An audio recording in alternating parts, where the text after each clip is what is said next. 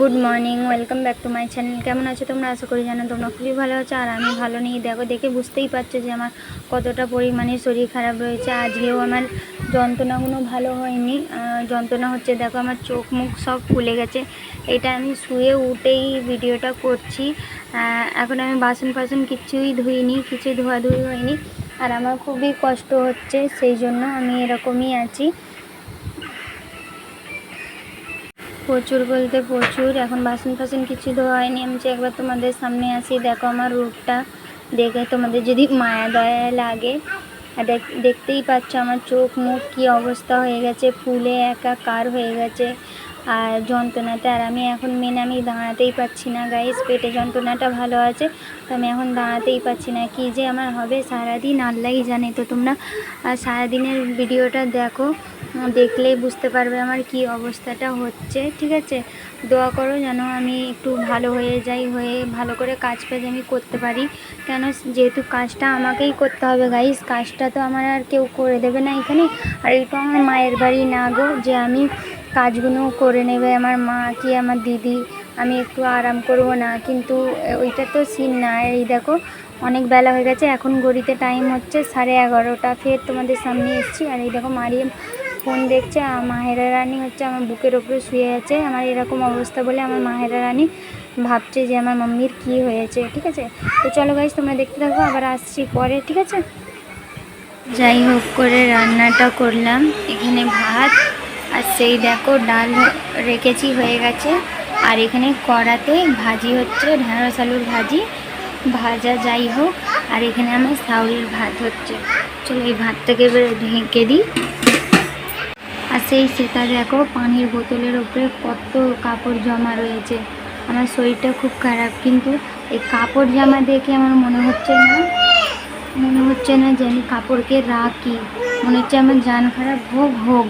আমি আগে কাপড়টা ধুয়ে সরাই, জানো। চলো যাই হোক, আমি কাজটা করে নিই। দেখো আমার মুখের চোখের অবস্থা দেখো কী হয়ে রয়েছে।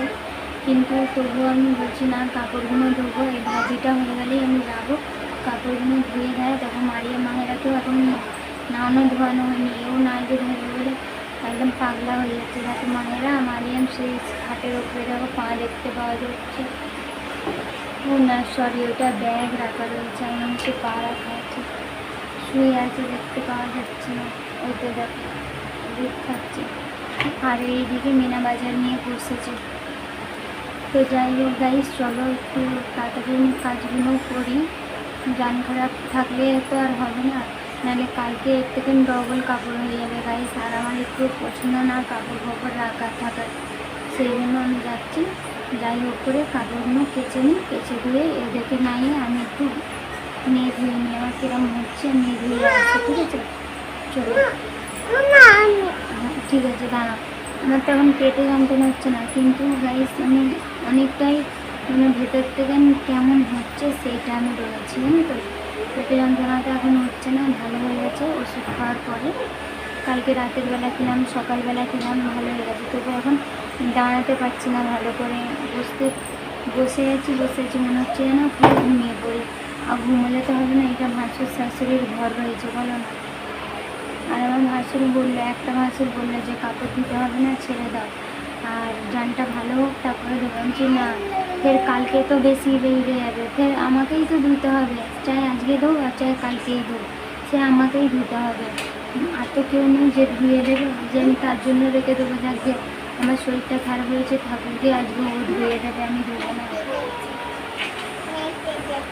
তো চলো গাইস, পরে আসছি। দেখো গাইস, সেই সবে নিয়ে ধুয়ে এলাম, একটু ফ্রেশ লাগছে। আর কটা বাজে জানো? 4টে বাজে। আর আমার এখনও কালকের ভিডিওটা পোস্ট করা হয়নি। ফোনে ব্যালেন্স নেই তো। ঠিক আছে, ফোনে ব্যালেন্সটা না থাকার কারণে না গাইস এখনও ভিডিও পোস্ট করা হয়নি। দেখি কি করা যায়। আর তোমার দাদা এক জায়গায় গিয়েছে, তো গাড়ি পাঞ্চার হয়ে গেছে যেখানে, ওইখানে পাঞ্চারের দোকানও নেই, ঠিক করতে পারছে না। অনেক রাত হয়ে যাবে আসতে, 8টা 8:30 বেজে যাবে আসতে। কিন্তু তার আগে আমি চেষ্টা করছি পোস্ট করার। চলো দেখি ওয়াইফাইটা কানেক্ট করি কারোর, আর ভাসুর ঘরেই আছে, দেখি ভাসুরের ফোনে যদি থাকে নেট তাহলে একটু ওয়াইফাইটা কানেক্ট করে, আমার দুটো ফোনই নেট শেষ হয়ে গেছে, সেই জন্য একটু প্রবলেম। মা দেখি তো এতে নেট এসছে আজকে।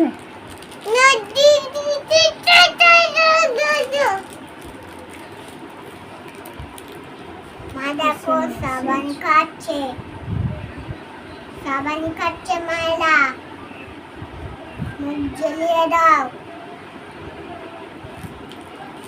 মা দেখো, মায়েরা মারবো আমি।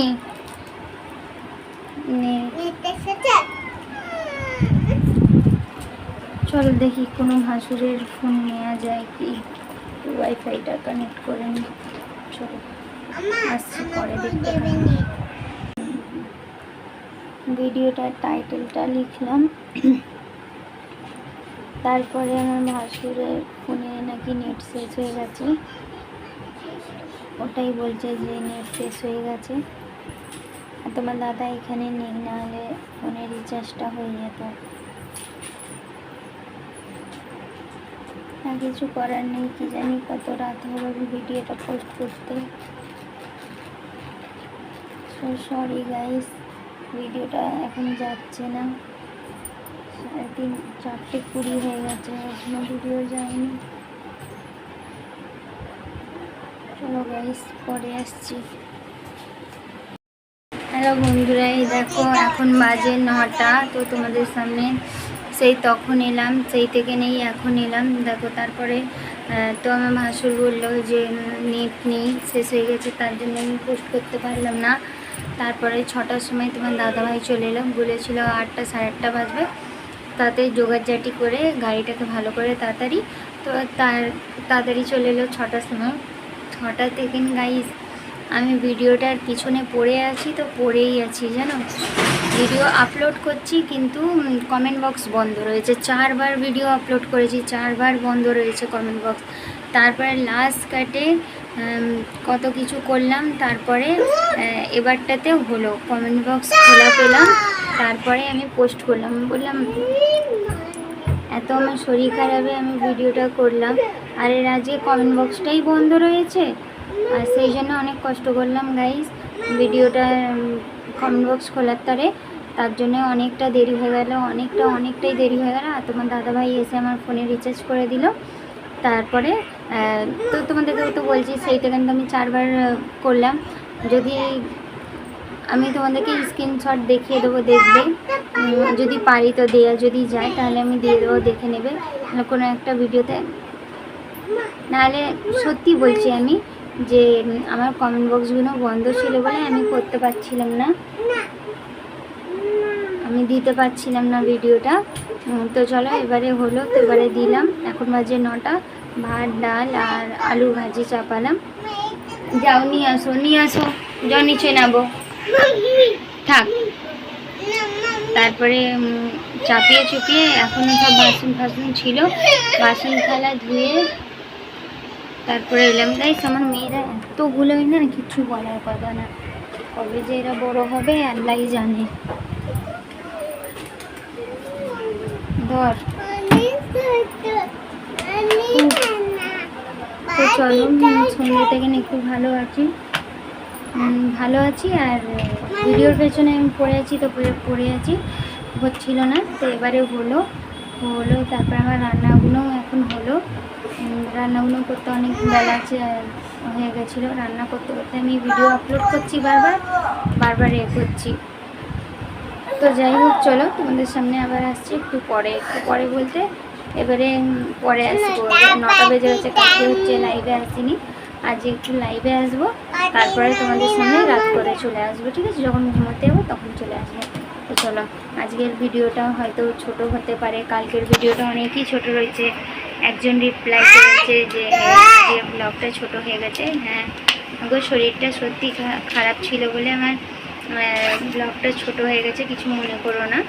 আর কি জানি আজকে ব্লগটা ছোট হচ্ছে কি বড় হচ্ছে জানি না, এবারে আপলোড করার পরেই, এডিট করার পরেই বোঝা যাচ্ছে। করো না, লাইট আসছে না, তো এডিট করার পরেই বোঝা যাবে কত মিনিটের হচ্ছে। তো যাই হোক, আগামীকাল থেকে চেষ্টা করবো ভালো করে ব্লগটা দেওয়ার জন্য, ঠিক আছে?